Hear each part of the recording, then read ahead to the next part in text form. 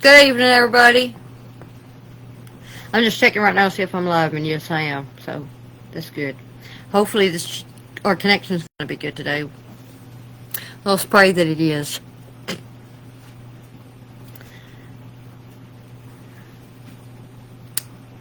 Anyway,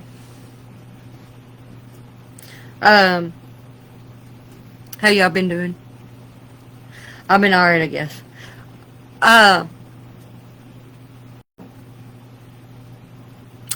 I was earlier.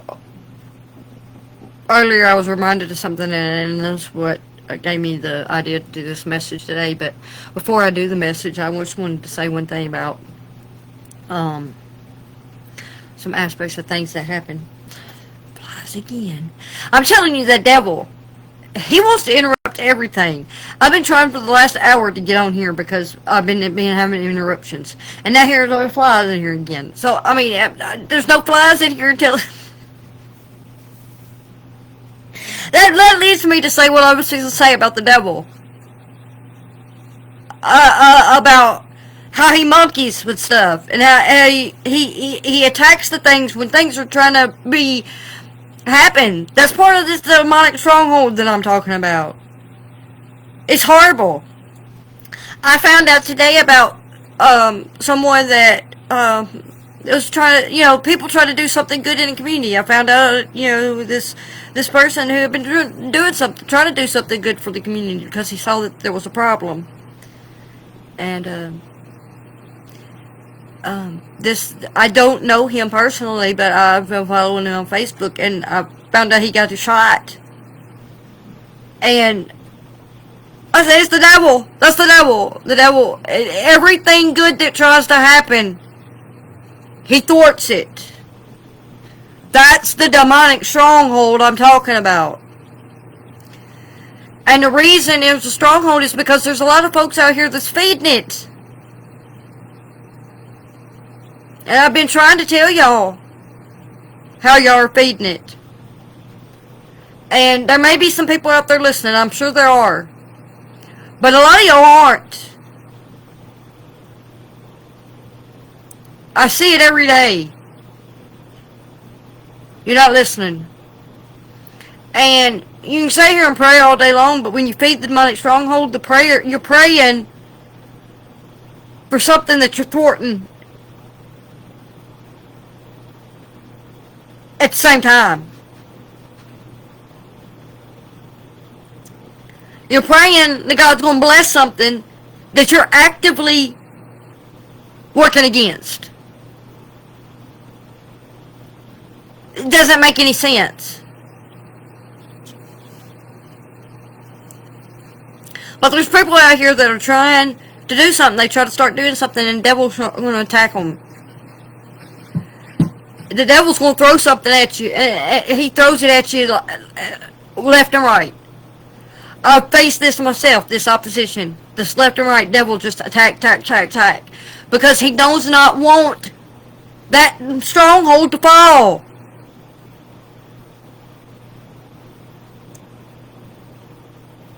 And every one of us that try to actively work against the stronghold are going to be attacked relentlessly. The only way you're going to be able to make any headway is that everybody has to get together, and they have to push, and they have to push, and they have to push. And if you have only a handful of people that's trying to push in the right direction, and everybody else is actively pushing in the wrong direction, that handful of people is going to face more opposition than anything.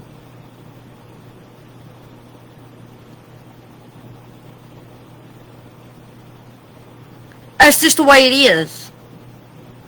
But that doesn't mean the handful has to give up. The handful has to keep pushing. But we're on the front line. The handful that's facing it right now is on the front line.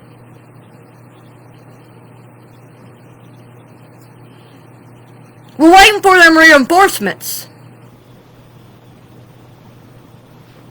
The rest of y'all sitting back twiddling your thumbs, We're all waiting on you.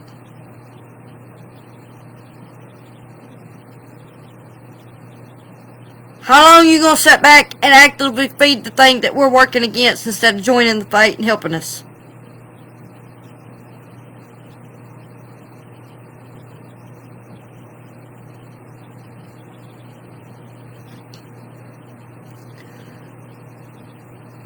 You know, it ain't going to change without effort.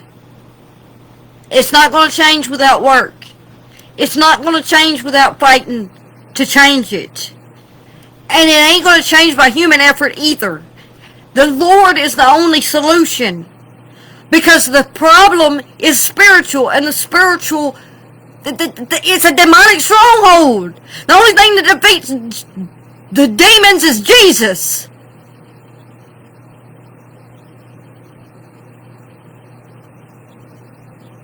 You gotta get on board with the Lord.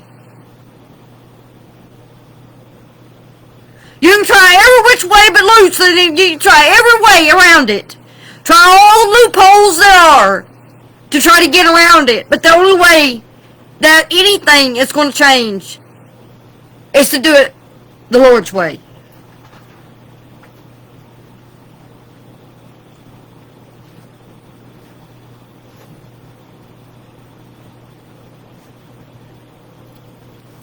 Now,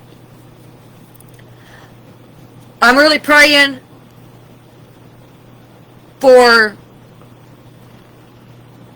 the people out there that are actively trying to do something and trying to do it in the right way. That are out there that are trying to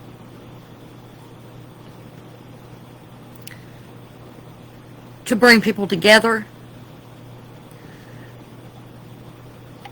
and are caring about, that cares about people and cares about this city because it cares about the people in the city enough that they're trying to bring people together and trying to do things and trying to help people out. Something as simple as giving people a ride where they need to go and to make sure that they're safe where they're getting, even if they're doing things that they're not supposed to be doing right. I mean, they might be doing things wrong. But making sure that at least they don't kill themselves and somebody else in the process.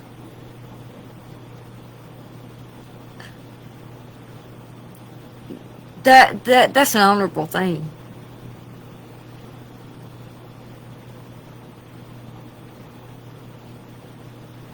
And that, you know, that's caring.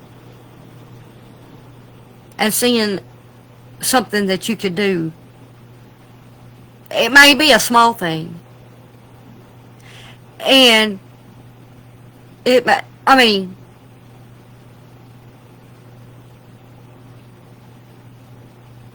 I don't think it came out of, there's a lot of people that do things for personal gain. But, you know, there are a lot of people that do things because they see a need. And yeah, they might get something and they might get some gain or reward out of it in the end, but they do it. They don't do it. They don't start out doing it.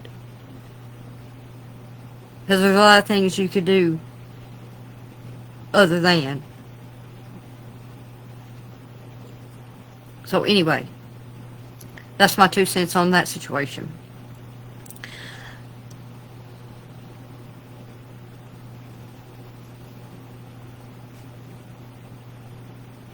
Tonight, though, the message I got is because I was reminded of something about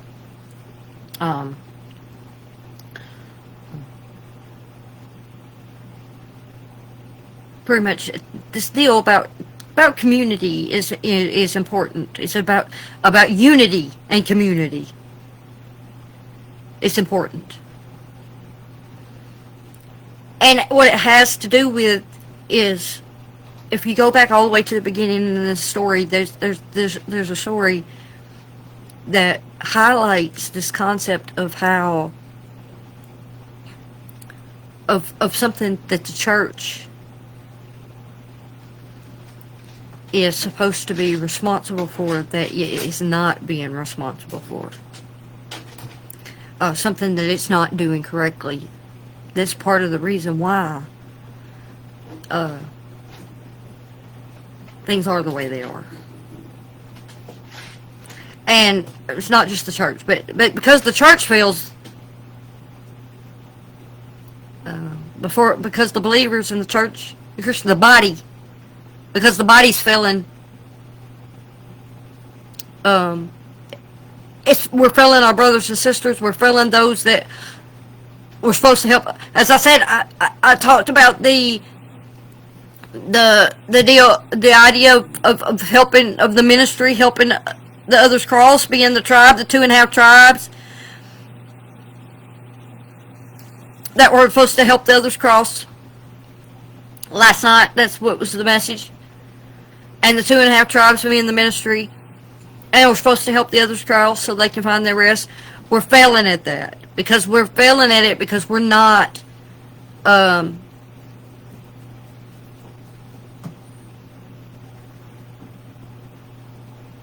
we don't want to leave our own comforts. So, the story that I have, that the message tonight is, there's a reason why this idea of our complacency and our comfort and all that is prevalent not only in the church but among a lot of people. I talk about selfishness. I talk about people being selfish and they only think about themselves because that's pretty much what's going on.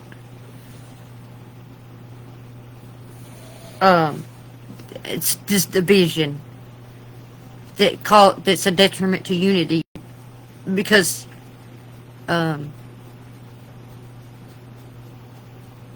everybody's too comfortable in their own ways. So, the thing this made me think about was the story of Sodom and Gomorrah. And so tonight's message is called The Sin of Sodom Heart. Pride, oppression, and a violent end. Because that's pretty much where we're going. This violence is a direct result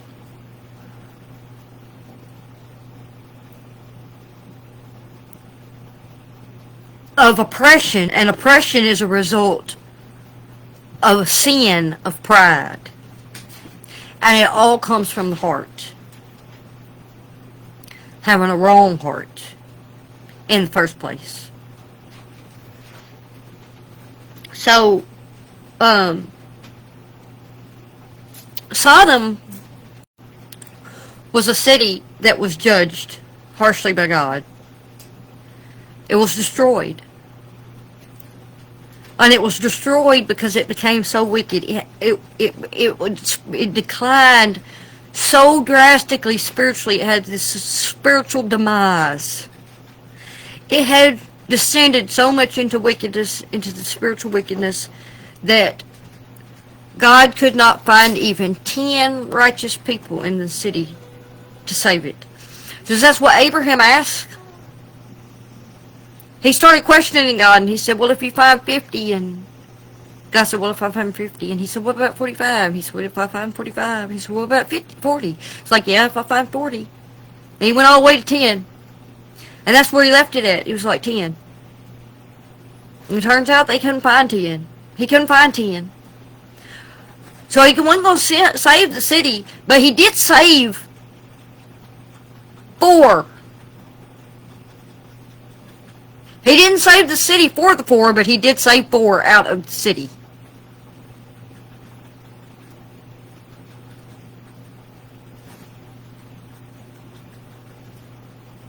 That highlights this idea of a remnant, even when judgment has to be so severe. If you remember of the flood, Noah and his family, there's always a remnant. Anyway, so this story of Sodom traces this progression of sin from this internal pride to external violence. And in his contrast with the New Testament, this New Testament reality and the remedy under, of Christian hospitality.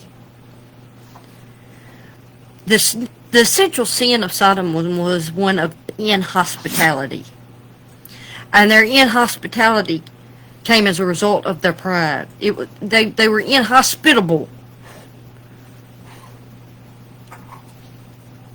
because they had become so prideful.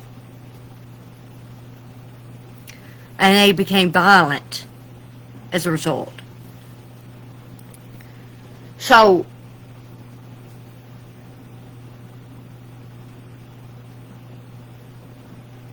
we see this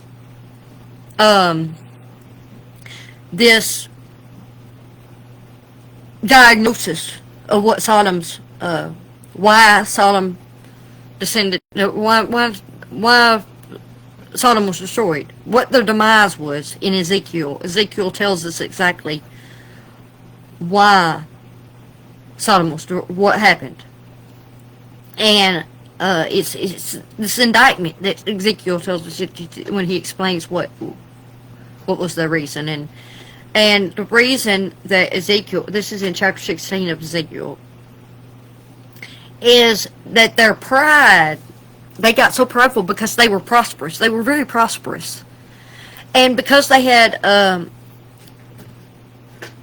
this prosperous ease, they became complacent. And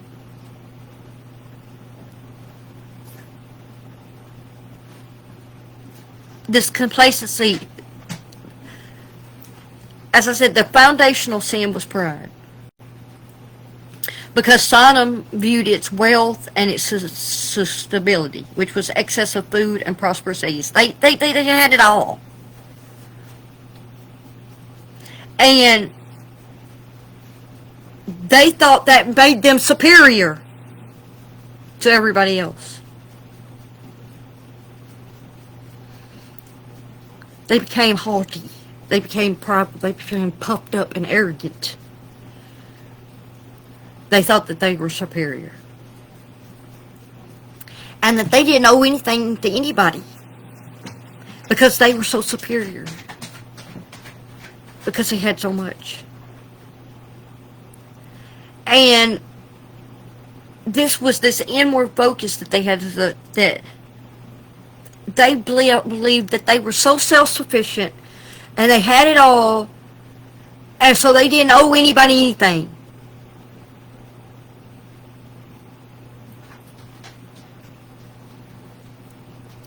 And this idea, this pride, once it wells up like that, it blinds them to any suffering or any systemic failure that happens around them. And this led to them neglecting the poor and needy.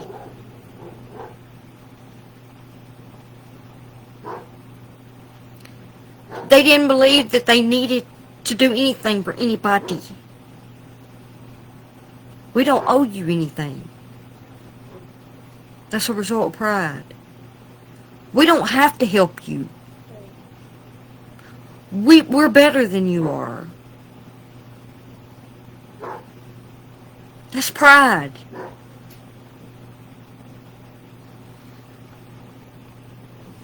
And so this was a lack of charity. It's a heart problem. And so they didn't want to give, and so this lack of charity and justice, they didn't think anybody else deserved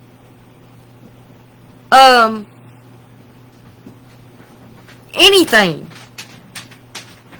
more. They didn't. It's like, we're able to do this. So they looked outward to another, or to other people that were less fortunate than they were. They thought, well, we got so much, why you got so little?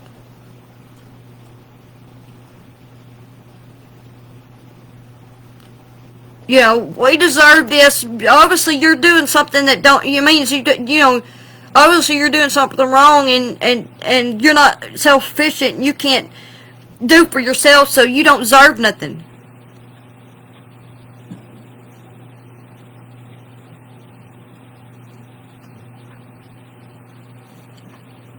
So this lack of charity and justice is the foundation to inhospitality.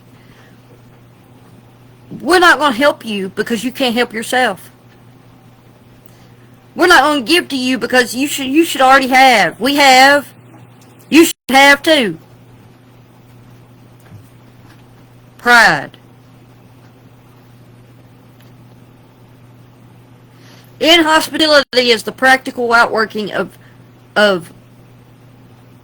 so because they believed as a city, we are Sodom and Gomorrah, and we have all this, and we have, our nation is so prosperous, so they looked down on everybody else that didn't have as much.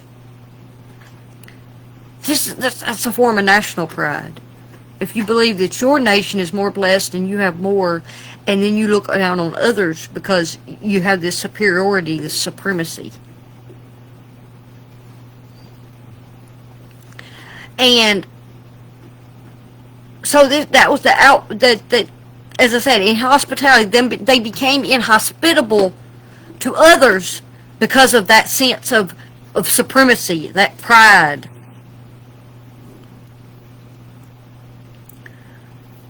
This violates God's expectance of our covenant care. The covenant of care. Hospitality is and was and is a foundational human duty under God's covenant. It's especially protection of the vulnerable, and especially travelers. The Bible tells us about, constantly over and over about the stranger. And there's a word called xenos, which is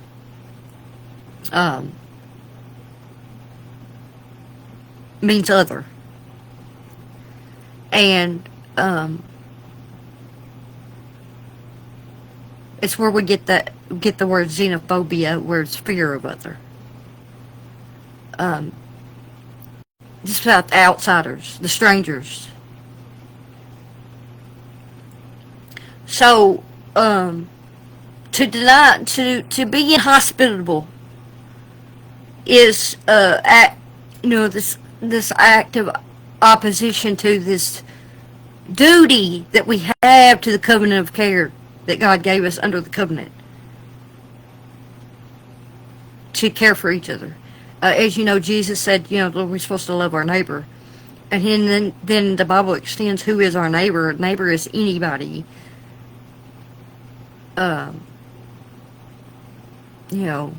Even those outside of the faith are our neighbors. Jesus proved this, and I'll get to that in a minute about how he proved this. But when these two angels in Genesis 19, the story of Sodom, these were angels that arrived. The men that they tried to violate were angels sent by God.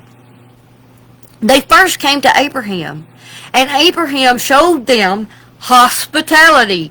He set them down to a meal and he fed them.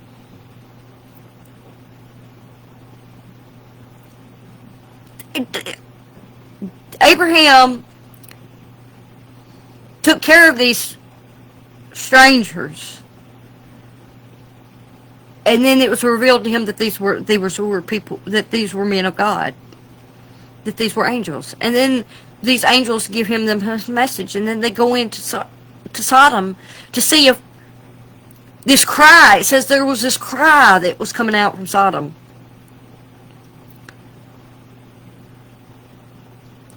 Of the wickedness that was going on there. God was hearing the cry of the city. And he sent these angels to go into this city and test them.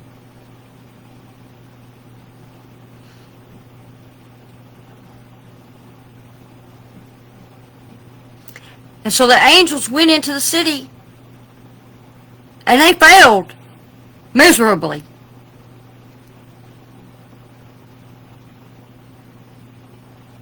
In other words, the angels went down there to see if what are they going to do when God sends some strangers among them.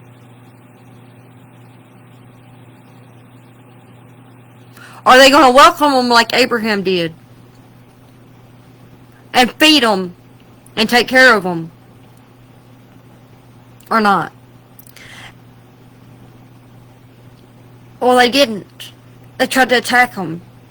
They tried to violently dominate and control and trying to violently attack them and do horrible things to them. The men who stood up that said, no, don't do this thing, they tried to attack them too. They want to attack them too. They pretty much pronounced them, how dare y'all have any right to judge us? Y'all trying to be our judge. And they were angry at them too. Because the men were saying, telling them the truth, saying, why y'all want to do this thing? This is wrong. And they were like, y'all, why are you going to judge us?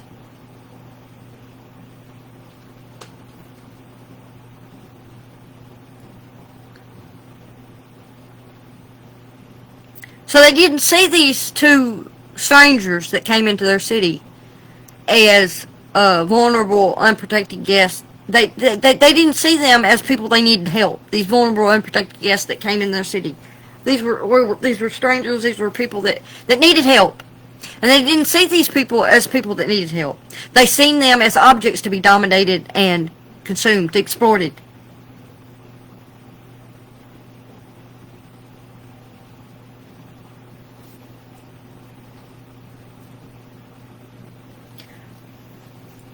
So they go down and Lot and his household has welcomed these men, these two angels.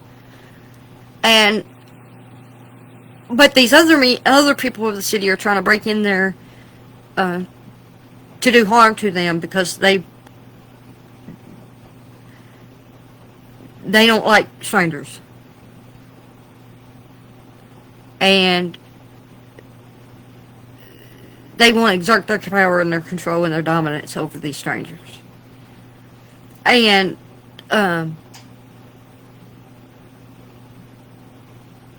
this is core evil that is part of this wickedness of Sodom, was this spirit of supremacy and control.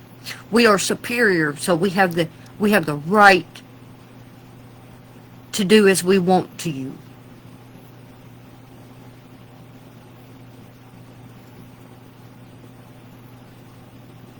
It wasn't just about sex, that they wanted to go down there and rape these men, gang rape these men.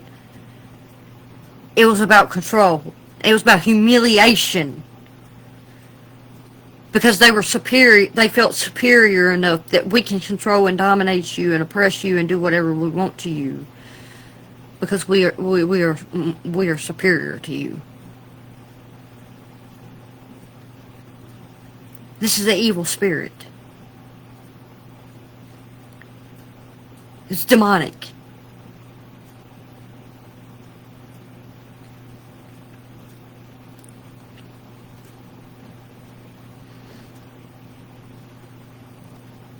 Because they lived in this prosperous ease, that they had it all. They felt entitled to exert this control over anyone that was designated as an outsider or weak. And so that this gang ranking that they tried was this ultimate expression of subjugation and humiliation.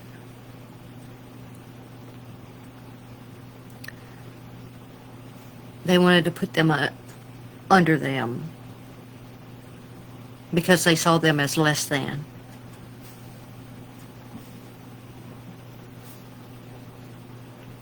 This is the very spirit of oppression. The So it's a type of self-idolatry. And this type of self-idolatry is the selfish, this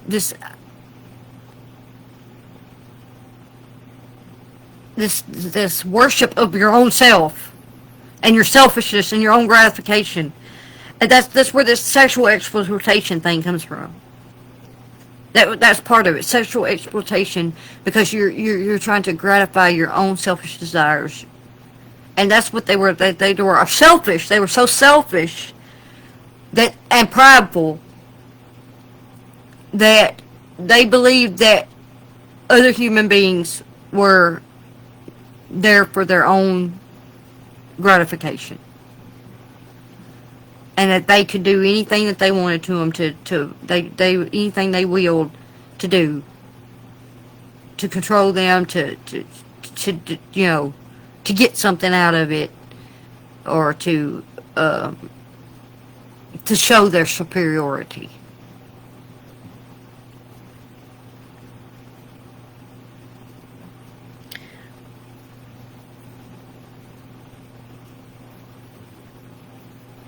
This is where they had this spirit that individual, they could violate these individuals' rights, anybody's individual rights and bodily sanctity, and disregard it just for the sake of their own, what they wanted.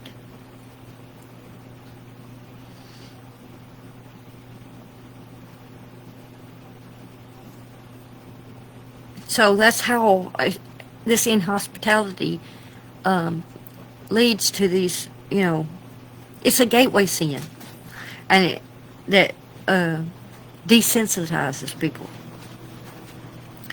and allows for the grossest forms of exploitation. Because of this, Sodom's sin was so, as I said, it was so egregious, and it was a sin of the heart. Numerous prophets warned of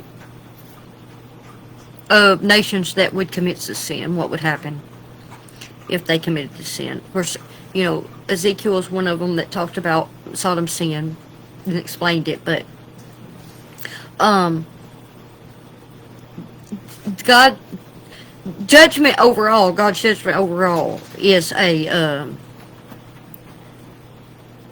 this Sodom's judgment serves as this archetype of God's judgment overall. So, against nations that embrace a progression of sin, which, as I said, it all comes from pride. It says pride goes before the fall. What started the whole progression is pride, and it progresses from there. But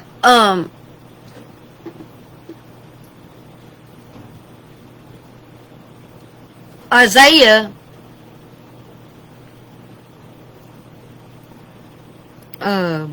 is one of the prophets that in Isaiah 1:10-17 we see that Isaiah condemned Jerusalem's leaders. He equated them with the rulers of Sodom for their failure to act justly, and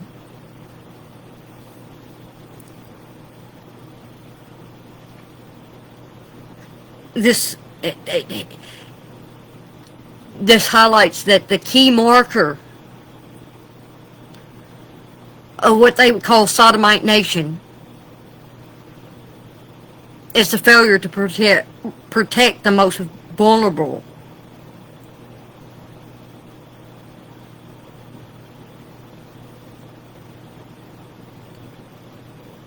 As Isaiah said, seek justice, correct oppression, bring justice to the fatherless, plead the widow's cause.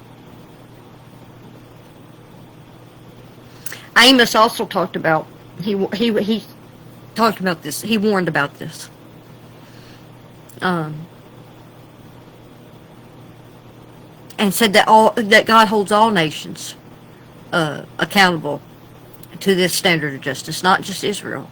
Isaiah said it in reference to Israel, but it's not just Israel. It's not just it's all nations that are held to this standard. And Amos condemned all these nations surrounding Israel and Israel itself for their inhumane and oppressive tactics, crimes against humanity that violate basic human dignity. It was that the acts that they did were rooted in the same spirit of the self-serving supremacy that Sodom exhibited. And the final warning comes from the New Testament, that when Jesus provides the warning linking divine judgment directly to the failure of hospitality as a sin of omission. I've talked about this before, about sin of omission. A lot of people like to think about what we do being a sin, but what we don't do is just as much of a sin. In Matthew 25:41-43, Jesus says, "For I was a stranger, and you did not welcome me. Whatever you did not do for one of the least of these, you did not do for me." In this context, inhospitality is the proof of a heart separated from Christ in a spiritual state that warrants the same condemnation as Sodom's total self-idolatry.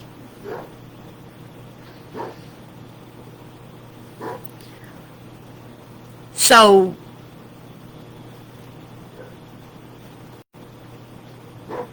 the New Testament highlights this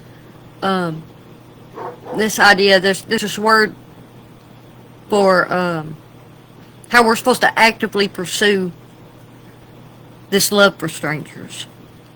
We're supposed to be hospitable. We're supposed to actively pursue love for strangers, love for our neighbor.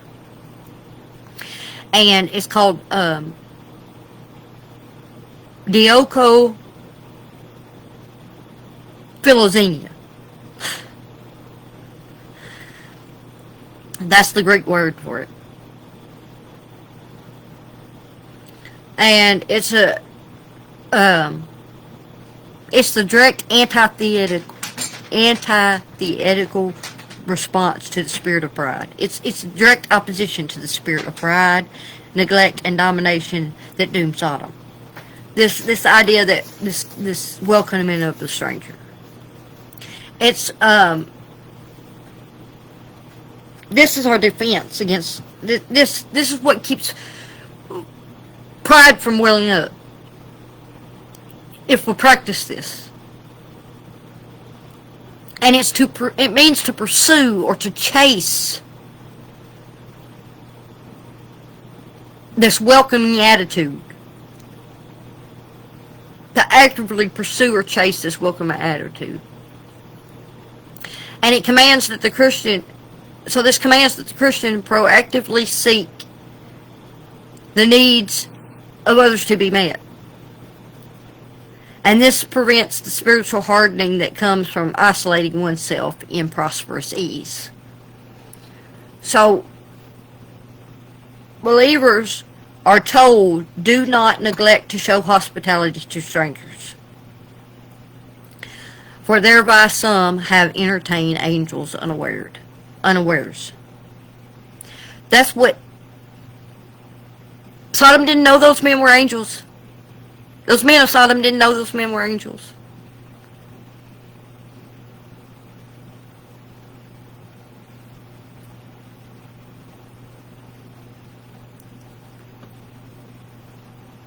How horrible it would be for you to be the city that two angels came to.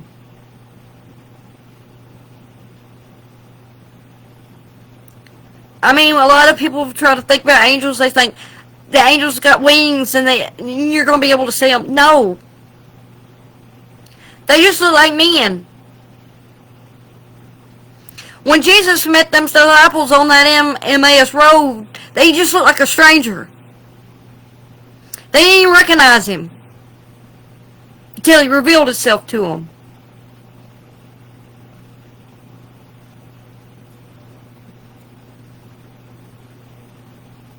You gonna be the city that the angels come to, and you treat them horrible because you don't know who they are?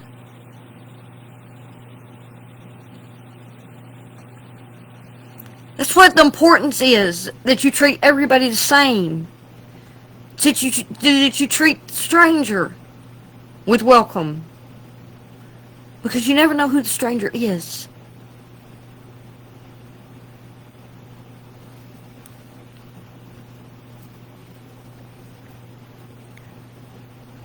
This means that this is a spiritual duty, fostering empathy for the vulnerable and guarding against the sodomite practice of ignoring distress.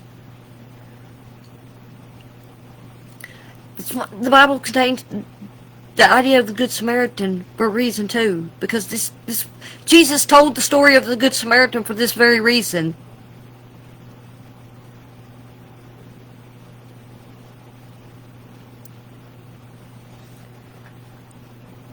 If you don't know the story, the Samaritans and the Jews didn't like each other too much.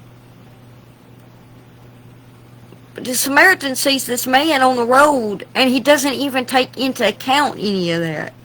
He just sees another human being in distress, and he helps him.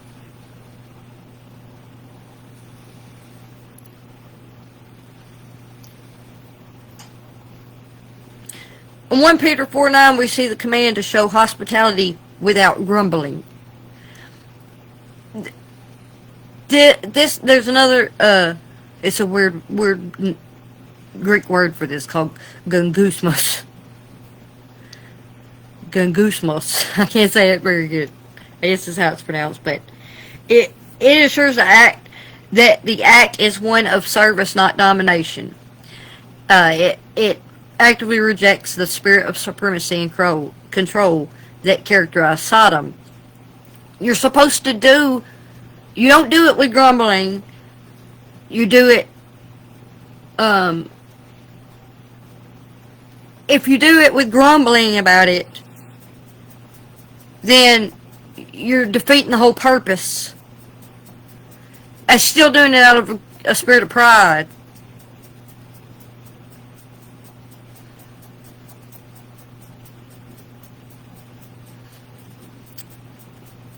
In 1 Timothy 3:2, it tells us that the overseer of the church has to be hospitable.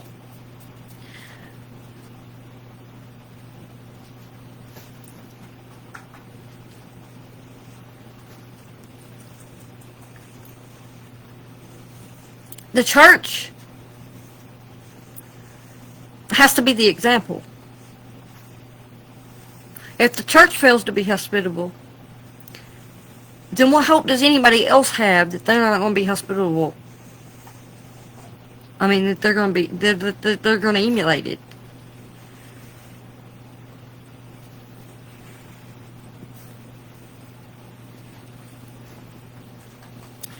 Jesus demonstrated this, and he expects us to demonstrate it. The early church demonstrated it too. But first we'll go to where Jesus demonstrated it. And the way Jesus demonstrated it was when Jesus had this radical hospitality where he sat with tax collectors and sinners. He didn't just sit with people that was like him or that was believers. He extended this to non-believers.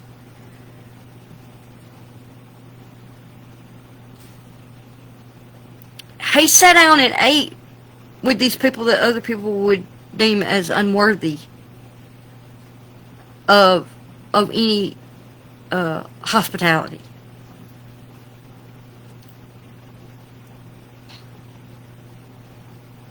This was a complete reversal opposition of that spirit that was in Sodom.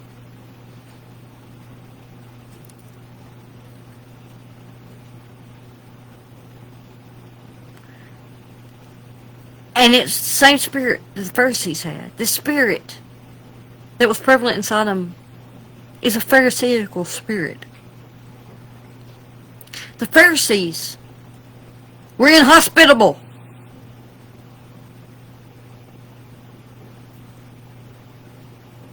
They didn't want, they had this strict separation between them and these that they saw less important.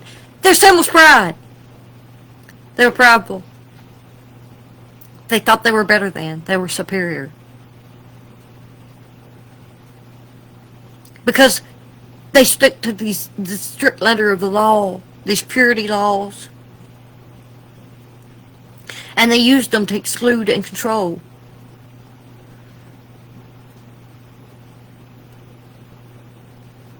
They said, we belong to God's covenant, you don't. Because we follow this and you don't. Exclusion. Division. The haves and the have-nots. The us versus them. The better and the less than.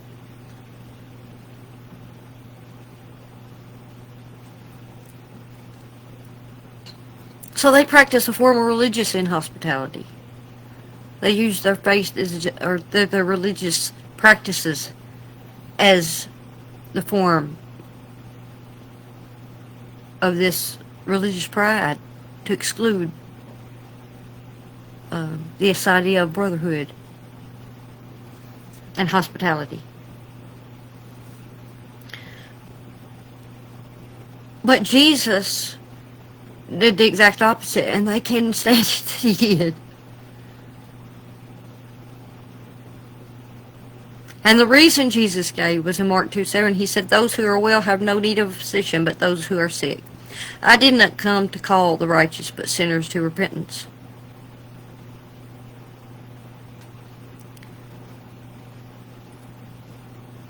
His table became a place to bring people in, a hospital.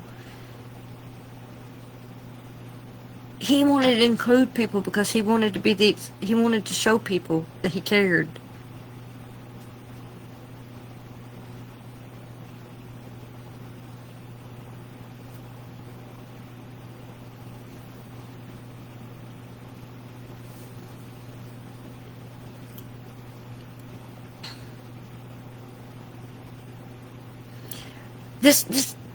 There's another story that highlights this.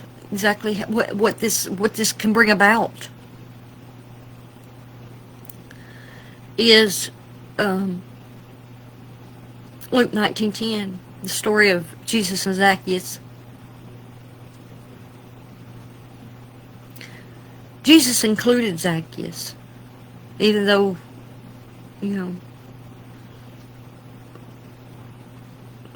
no one else wanted to, and no one else would have.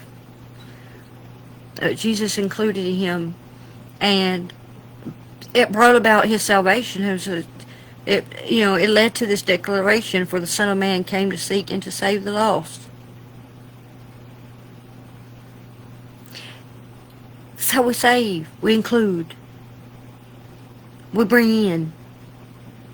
Because all are welcome in the kingdom.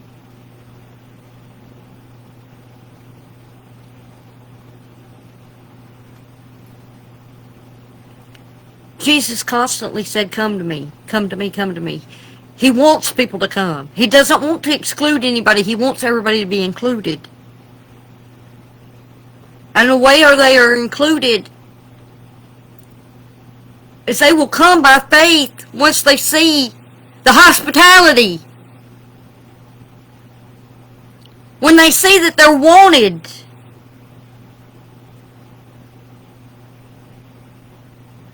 When they feel that they are worthy.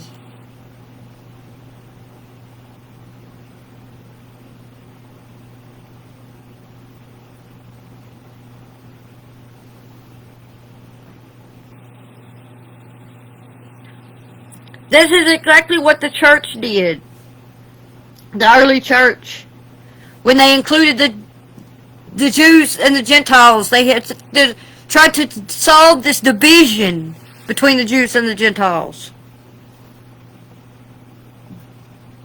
It's a bridge between peoples. Unity.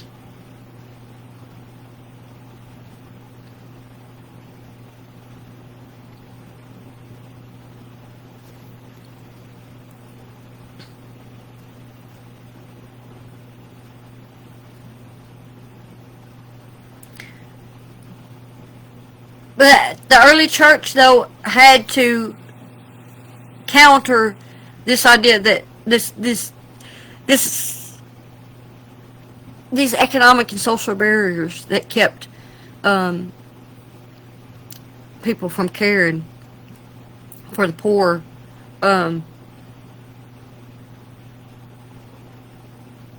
And they had to counteract this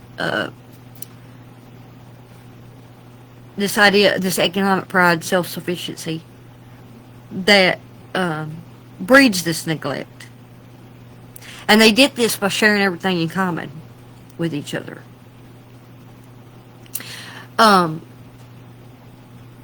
They had to say that all these resources are shared between us as a community, because that way nobody could say the pride, it would defeat this prideful spirit that they believe they had. If they believe they have more and they are more superior because they have more.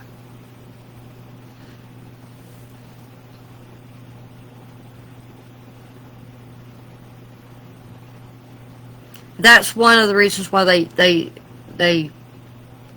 established, the apostles established the role of these deacons or servants that were specifically to administer care justly, ensuring that the church's radical economic hospitality remained impartial. That's another aspect. When the church gives, they can't give to just the people they like, or just the people you think deserve it.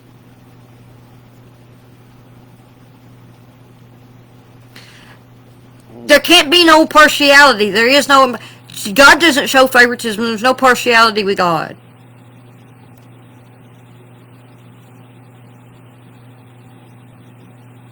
Your duty, covenant care is not based on merit.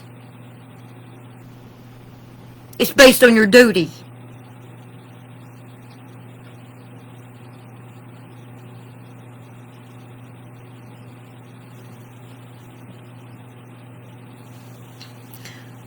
So, this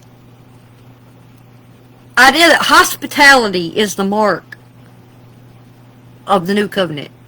It is a duty to the new covenant. You have a duty to the new covenant, being hospitable, being inclusive, and showing no impartiality in who you show your hospitality to. The active pursuit of I'm going to say it again, this Greek word.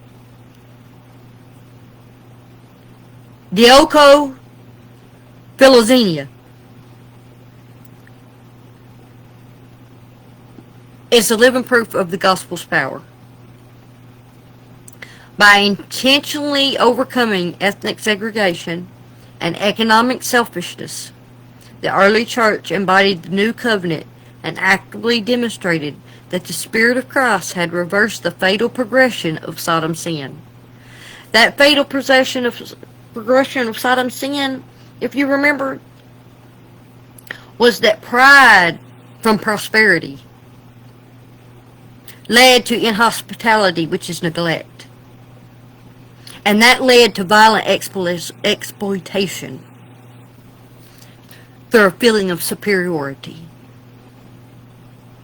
It led to the oppression, which, as we know, who is the oppressor?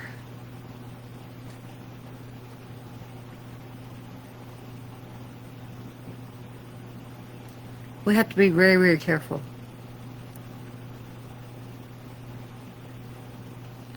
As individuals, as communities, as the church, the body of Christ, as a nation, on every level, we're showing a welcoming attitude of hospitality instead of neglecting inhospitality. When we don't, we're violating the very covenant God set up with us.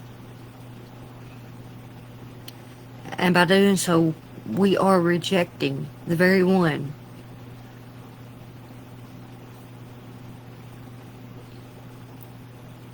that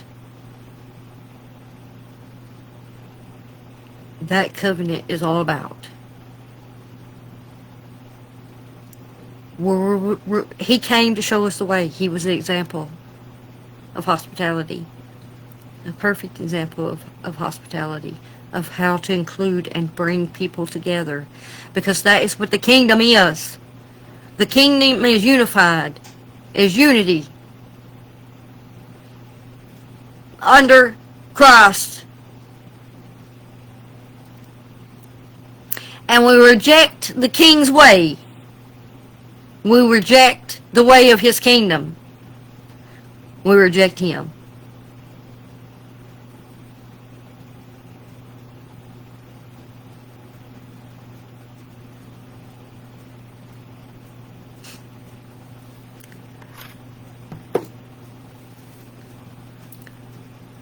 I love y'all. I went a little longer than I thought I was going to. But anyway, I love y'all.